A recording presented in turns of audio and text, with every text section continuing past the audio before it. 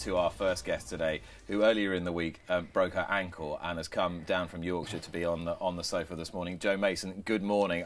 You've gone above and beyond, I reckon, to be with us today. But as you pointed out, there's not much else to do at the moment. Yeah, no, exactly. Obviously, this only happened on Monday, so might as well fill my time in. All right. So for those who haven't been reading the papers or listening to whatever, what happened? I was on my last lot of the morning, a 2-year-old that was just getting back cantering again. And you know what? She was brilliant. And getting towards the end of the gallop, as we hacked down the gallop, we turned around and canter back. 3 pigeons flew out and that was it, gone. She was gone from underneath me and I was out the side door. And you did have somebody to come and scrape you up fairly quickly. Yes, after I'd had to take about 5 minutes, and normally I'd be the first one to jump up and be like, that's really annoying. So you knew straight away? I didn't know I'd broken anything. Honestly, I thought I'd just, wrenched it or anything. Just had 5 minutes and then I hobbled back down the gallop a little bit and my granddad turned up in his truck and picked me up and says to me, why did you fall off, Joanna? I said, oh, I wish I didn't. 3 pigeons and what can you do? So yeah, off to the office I went, put a nice pack on it, and there's me contemplating, will I be able to ride today? I had 4 brilliant rides at Thirsk and a stalls test to do, and I was like, no, I'll be fine. Took the ice pack off and had this large lump on my ankle, and I thought, oh, I just think I might struggle here. I think we can have a look at the damage in a minute, but this was what you tweeted just as you think you're back on track. Pigeons decide to flap out of the hedge. Not the outcome I'd hoped for. A spiral fracture of the distal fibula. That sounds quite painful. Thankfully, not much pain. We're hardy up north. Bit of box rest. I'll be back and riding in no time. Yes. That tells a slightly different story. That's the bruising yesterday morning that's coming out. So I've obviously had a lot of swelling and a lot of bruising. Obviously very grateful that the Jack Berry house is just round the corner from my house. So I've been going up there three times a day just to get the ice compression, the game ready machine on, just to control the swelling. And they've given me loads of supplements, from calcium to HMB to vitamin D. I've got arnica tablets. They're not messing around, are they? No, I've got everything that hopefully just will make it initially knit that I can, get going on in the gym. I can't read an X-ray, but I can see the crack there. Yeah, so you can see that's the bottom end of the fibula, yeah. Right. And you can see it's a slight round the bone, so that's the spiral fracture of it. But at least it's clean, I suppose, yes, is it? Exactly. I know when I went to the hospital, I did have to do a standing X-ray just to make sure that the fracture didn't move when I had weight on it, and they were happy that it didn't. So I'm landed with a boot, which at least I can, still go up to get the ice machine on. But yeah, you can kind of see it on that X-ray there. It's, the little bone at the back, down the side, and it follows round the bone at the bottom. But you did say that you're hardy, and you're not wrong, because this is not the most serious injury you've had to recover from. No, it's not. Like I said, I've got no pain at all, and I know when I went to get the X-ray, the nurse just couldn't believe that I had no pain at all. It was just the swelling. But yeah, no, I did. I think it was 2016. Broke my back in a point-to-point for my T8 and T9. Had a compression fracture of that spine there, yeah. So I had to have 8 pins and 2 rods in my back, and yeah. How long were you out of action for then? 3 months and a week till I was back race riding. You got back race riding in 3 months and a week? 3 months and a week, yeah, from a broken back. That is astonishing. And it was just as the Jack Berry house. I don't think it actually had been officially even opened yet. I was one of the first jockeys in there. And yeah, the hydrotherapy pool was unbelievable for it, really, because I couldn't really do much in the gym with the impact on my back. So the hydrotherapy pool was amazing, and fitness. And when I did get back on the horse, it felt like I'd missed no time at all. So if we go all the way back, people will remember you from the kind of mid-noughties, riding amateur races, point-to-point, Arab racing, just being a jack of all trades, but very good at an awful lot of those things. Now you've reinvented your career as a flat jockey, and it's going incredibly well. Was the broken back a bit of an accelerator in a way?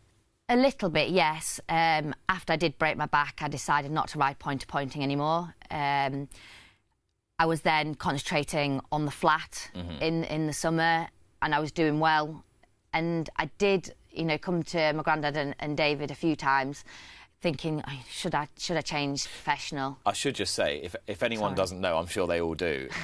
Mick Easterby is Joe's granddad, the legendary figure, and David's your uncle. Yes, Yeah. yes, they are. So very lucky to have their expertise. So yeah, whether I did and whether I was, you know, the big fish in the small pond on the amateur circuit doing well, and I think back then, you know, female involvement probably wasn't as strong back then, and it was, I suppose, a lot harder work, and you know, you have to work hard. So I carried on riding as an amateur, and it wasn't till COVID happened and amateurs couldn't ride that, you know, that spurred me on, and a bit of help from Serena Brotherton, who obviously is a top amateur as well, said, Joanna, you'd be stupid not to, and that's probably the kick in the right direction that I needed, and you know, I've not looked back since. So the family then kind of got right behind you and backed you, gave you plenty of rides. Yeah, definitely. I obviously went to David and my uncle, David and my granddad, and said, look, I think this is what I want to do. Amateurs can't ride during COVID, and they said, yep, I think that's a brilliant idea. When you went right back, so when you were leaving school, was the idea of being a jockey something that was in your mind at all, or not really? No, not at all. My cousin, Jacqueline Coward, champion point-to-point rider, you know, I think maybe 6, 7, 8 years in Yorkshire, you know, the country champion, you know, she was brilliant, and she was probably the person I looked up to. And as a family, my dad's side trains pointers, and I suppose as much as Grandad trains the flatties and the jumpers, you know, my uncle, again, point-to-point rider, you know, that's what I always saw us doing. You know, as a kid, we always went point-to-pointing at the weekend. So that's, I think, what why I started out point-to-pointing. So I did that while I was at university. When I left school, I was at Leeds Metropolitan, so it was handy to come back at weekends. We had a good lot of horses that my dad was training, so I rode those, and while doing a degree and deciding to do a master's. And just give us a flavour of what it was like growing up in that dynasty, because it's so charismatic and so powerful in Yorkshire racing as well. Did you have a sense of that when you were a kid? Not really. Not until probably looking back now, how everyone you know, views Grandad and my uncle. You know, I think as a kid they're just family, aren't they?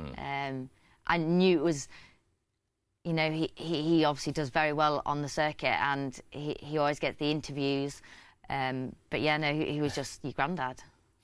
I've seen footage of you two together, though, and it's clear that you have a very special bond. Now, I'm sure he'd say he's the same with all his grandchildren, but you obviously are very close. We always joke. His favourite grandchild, I think, changes every single day.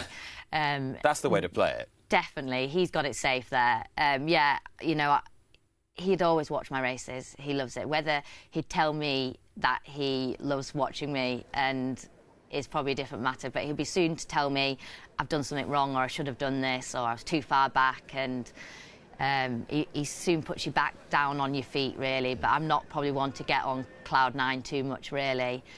But, you know, it's a brilliant experience. I'm there most days a week riding out. And, you know, you ride all different horses, from jumpers to flatties to... yeah, no, it's just a way of life. Obviously, there's quite a lot of mythology around Mick Easterby, but who is the real man? Look, I think he'd obviously the camera. I think he not like. I mean, he loves the camera. He loves the camera. Yeah. He loves the camera. You know, I think on a morning. I mean, he's nearly had me taken off air about 15 times. On a morning, he's definitely work. But I know when I used to come back from racing, if you know, before I'd started riding as a professional, I used to take a lot of the horses racing. I used to come back and, you know, have a little natter with him when I got back from racing, and, you know, talk how the horses went and whatnot. And, you know, he loves his racing, he loves his family. you know, he's just an amazing person. And to have that level of enthusiasm and passion for the sport, I guess, is what's kind of sustaining him, because he very nearly died during COVID, didn't he? Yeah, no, obviously he was quite ill, but you know, he's hardy, like we said, from up north. He gave it a good fight, and you know, he still loves his racing. Whether it's kind of enthused his racing a little bit more, he'd always watch my races, even rides for other people. We'll have a touchdown the next day and a talk through them all. So yeah, he loves it. So you decided to give up pointing after the back injury. Was that a hard decision or not? Because you obviously enjoyed it. Yeah, I did love it, but not really. Obviously, I'd finished university then, and I was doing a bit more in the yard, so I was obviously in there 6 days a week, going racing, taking the runners, and doing that. So yeah, I don't think it was too hard a decision. I love the flat, and my cousin always used to say, "Oh God, I couldn't do the flat. It's, you know, can't do that." But I loved it. I loved the flat. So what were the biggest challenges then, do you think, from a adapting point of view and maybe a tactical point of view? What were the biggest challenges of switching? From switching from an amateur to a professional? Well, yeah, and I suppose sort of being a flat jockey your career rather than something you were just doing occasionally. I didn't really probably have too many boundaries. I was obviously riding quite regularly at home and on the track. You know, obviously racing's a lot more tighter, and you're riding more often. You know, obviously I had to do a fitness test in the Jackberry House and do some rules and regulations on a Zoom call to get my licence. So you were okay with the fitness test? Yeah, absolutely. Given your speed of recovery from the back break? Yeah, no, absolutely fine. Passed with flying colours. So that was you know, the few markers we had to do, and then yeah, you know, I'm lucky that my granddad and my uncle train, and some people could think, you know, you probably have it easy, but I think that's far from it, really. You know, I've had to work hard. I'm riding out most days a week. I don't have days off, and granddad and my uncle would make me work for it. And also, did you feel quite liberated in a way because you'd had that kind of greater depth of background? You'd done more things. You'd got 2 university degrees.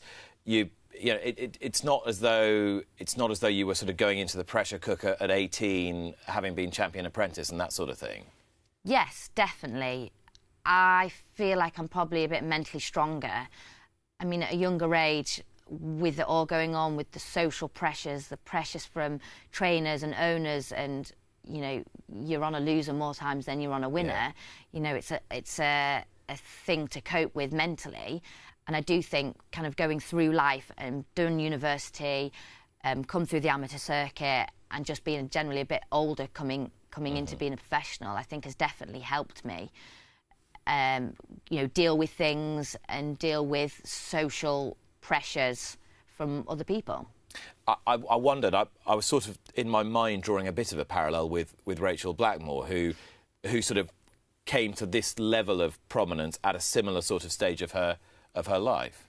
Yeah, exactly. I was just saying to you then, I was like, if I can be as good as Rachel Blackmore, that would be amazing.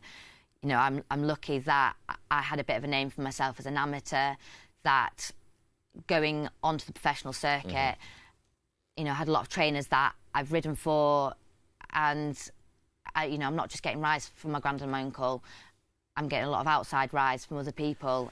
And, you know, I'm so grateful for the owners and the trainers for giving me those opportunities. And to what extent do you think that your pathways are less hard now than they might have been if you'd done this 10, 15 years ago, given the success of Hayley Turner first, but also given the success particularly of Holly Doyle in the last couple of years, and just people's perception of putting female riders on the flat has maybe shifted a little, if not as much as it should have done? Definitely. You know, back in the day when I probably half thought about turning professional at a younger age, you know, Hayley had done an amazing job, and Kirsty, they were on the scene, but there wasn't loads of females. Yeah, Kirsty Milcherek, of course. And, you know, now paving the way, really, with Hayley, Holly, you know, Josie, Nicola, you know, there's definitely more of a female existence, and it's so nice seeing a lot more female apprentices coming through the ranks and doing well.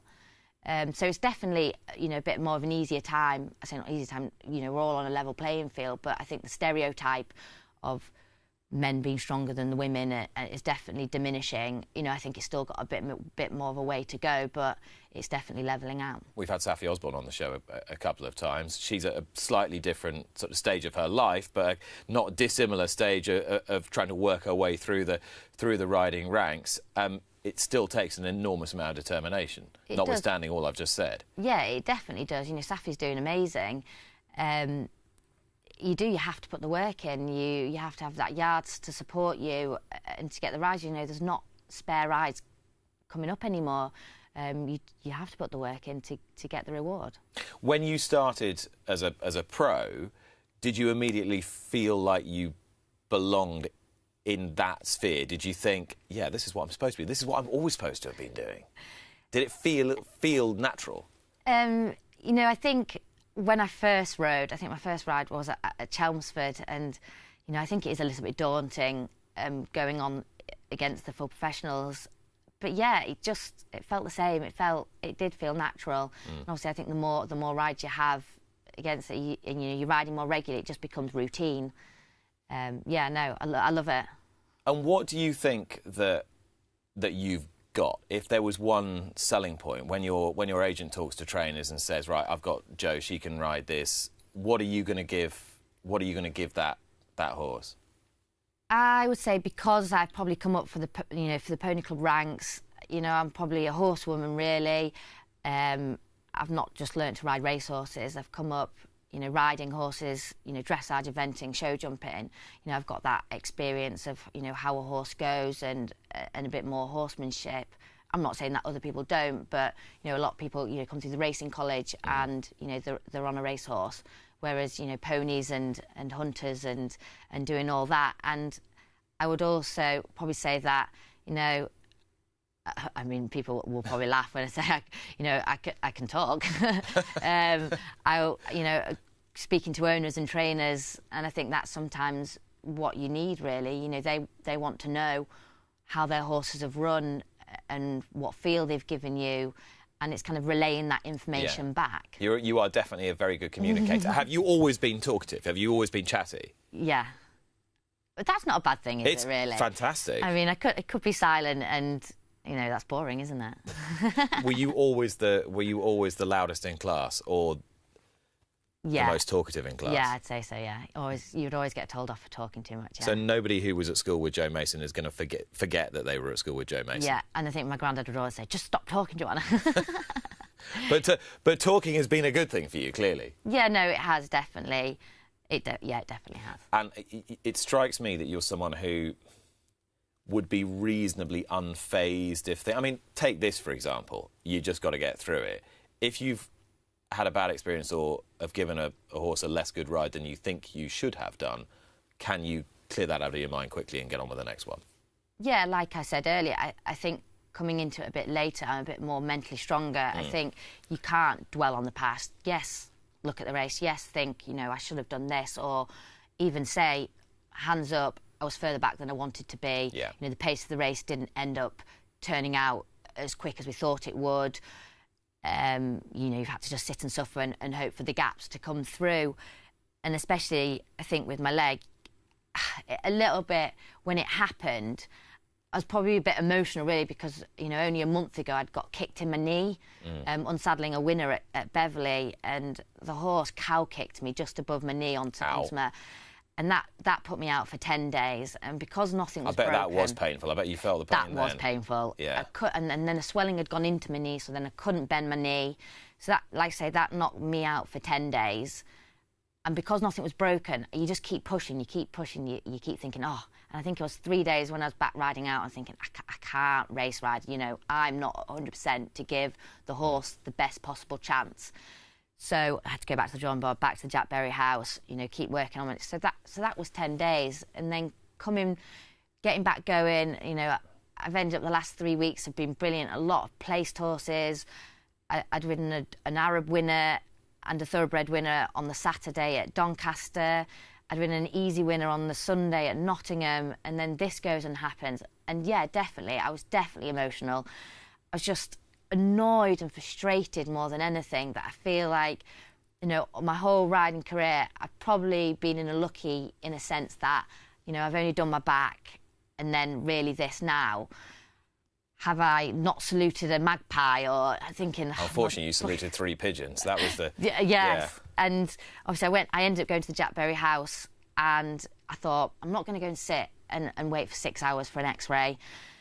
I'll go to the Jack Berry house, see what they say, and they obviously recommended going for an X-ray at Malton Hospital. But my friend Becky Smith's in there at the moment and she just came and gave me a hug and then I just flooded with tears. Once I got the X-ray out of the way and I knew it was broken, I was fine because I knew I can't push myself now. I know I have my 4 to 6 weeks that they've told me and I can't push myself like I did with my knee to try and get back riding because we've got some good runners today and it's absolutely gutting to know I'm missing them. I hope they run well. Which horses have been most important to you? I mean, maybe not the best horses you've ridden, but which are the ones that have really kind of meant an awful lot and kind of taken you to the next level? You know, through my career, especially as an amateur, we had a horse called Tapas Libre. You know, I've won 10 races on him. Everyone will remember him. Oh, the legend round Epsom in the Ladies' Derby. That was four times he'd won that race. He's run well at York. I'd won at York on him the Champagne race. Mm-hmm. You know, he got me going as an amateur. And really, he was probably, as much as at home, he was the numbest horse. But in a race, if he was numb in a race, they were going too slow. If he couldn't go, they were going too quick. You just knew. And he just brought the whole race experience of knowing, you know, judging races and getting me those winners and putting me, you know, in those bigger races on the amateur circuit. And obviously coming into professionals, you know, there's been a lot of horses. Cassili, a filly with a big heart, I've won on quite a few times at Beverley. She again runs today. A filly Reach of my granddad's that runs again today, that won on Sunday. Like a nice, easy winner, a See the Stars filly. You know, she did that nicely. You know, I've just got these to look forward to when I get back. Beverley has been a very happy hunting ground for you, hasn't it? And yet, so many jockeys will tell me that it is not an easy track to ride. So you clearly have it completely taped. Oh, I don't know. I think my granddad keeps telling me, you have to ride from the front, slow it up at the bend, kick on off the bend. But a lot of my winners, probably from Beverley, have come from behind. Yeah, you are dependent on pace there, really, to be able to make up ground from the back. But yeah, I think I was leading jockey this season at Beverley. I think Weather O'Shea's now joined me after his double yesterday.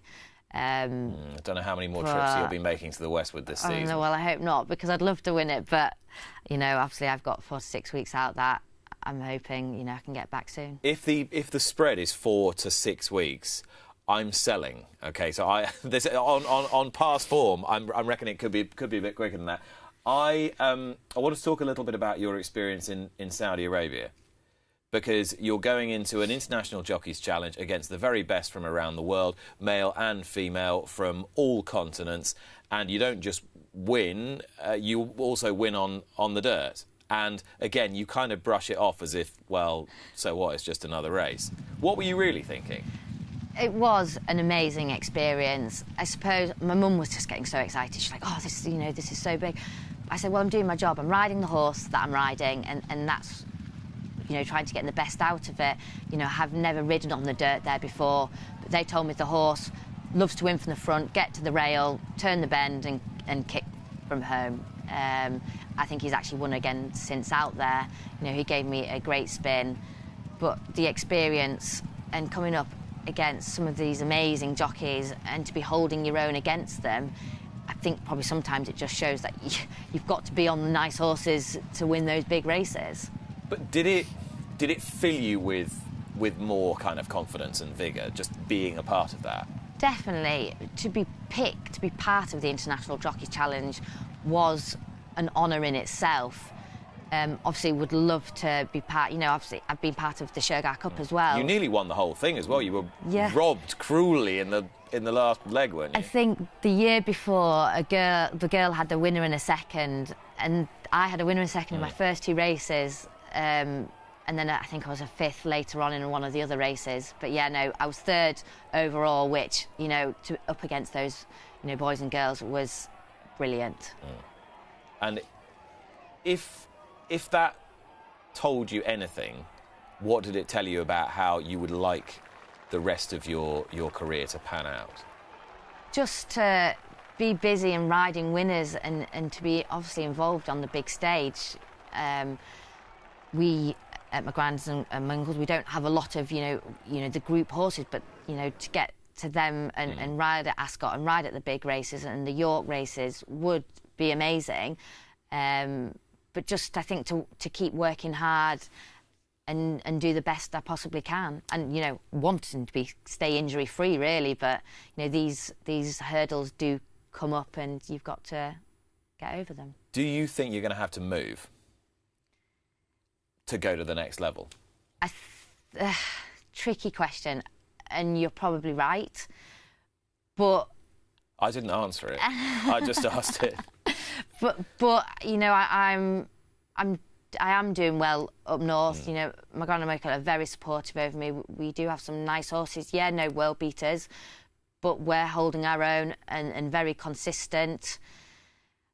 I think, yeah, you know, I'm in there maybe 6 days a week. Whether, you know, I probably should be, you know, riding out a bit more, you know, for other trainers. It's easier said than done, but trouble is nowadays I think you need a yard to support you full-time, not full-time, but you know, you need to be in a majority in a yard to get those rides. So you need a base, you need that kind of base of runners to kind of just keep the scoreboard ticking over as much as anything else. Definitely. So I guess then the trick is how you get noticed just in a few more places. Like, everyone knows you now, everyone knows that you're good, but it's just persuading maybe people just in different parts of the country to get you on slightly better horses. Yeah, definitely. You know, it's not easy. And, you know, I don't think anyone thinks it is going to be easy. And, you know, you have to put the work in and to do that. So it's just going, yeah. How's the agent getting on? Yeah, he's doing all right. It's Chris now, isn't it? Yeah, Chris now. I've seen Niles took a bit of a step back, you know, a bit less jockey. So, yeah, he's fobbed me off onto Chris. I think hopefully he's gladly took me on. And, you know, he's doing really well with me. You know, I'm very busy up until now, but been very busy, and you know, hopefully when I get back, long may it continue. And we were talking a little bit earlier on about your university degrees, and you're now pretty highly qualified in the sort of sports science sphere. How much of that is physiological? How much of that is sort of psychological? Your kind of level of expertise. Yeah, so I did an undergrad degree of sports science. So obviously you do all aspects of psychology, nutrition, physiological stuff, and then I concentrated on sports nutrition. Whether at the end of it you go into something doing that or anything else, but I suppose my mum always used to say, you've got the qualifications, you can always fall back on them if anything was to happen. So yeah, I've got an insight into the whole nutrition part and the sport, and I think that's definitely helped me. You know, it probably could be better. You know, half the time you know what you should be eating, it's just whether you're eating the right stuff. But yeah, no, I think that's definitely made me more of a well-rounded character. You just had that little bit more experience, bit more life experience. There is a world outside. Definitely. Though in your world, racing is pretty dominant. It is very dominant. I think that's all you think about, really. I mean, you know, I'm injured now, but I can't wait to get back to keep riding those winners. It's the thrill you get from those winners that keeps you going. Jo, thanks so much for coming in this morning. No, thank you. Jo Mason, and fingers crossed in a month, 6 weeks' time, we'll be talking about stakes race winners that she's ridden on this show. Don't laugh. We will be right back after this. Watch live racing now on racingtv.com.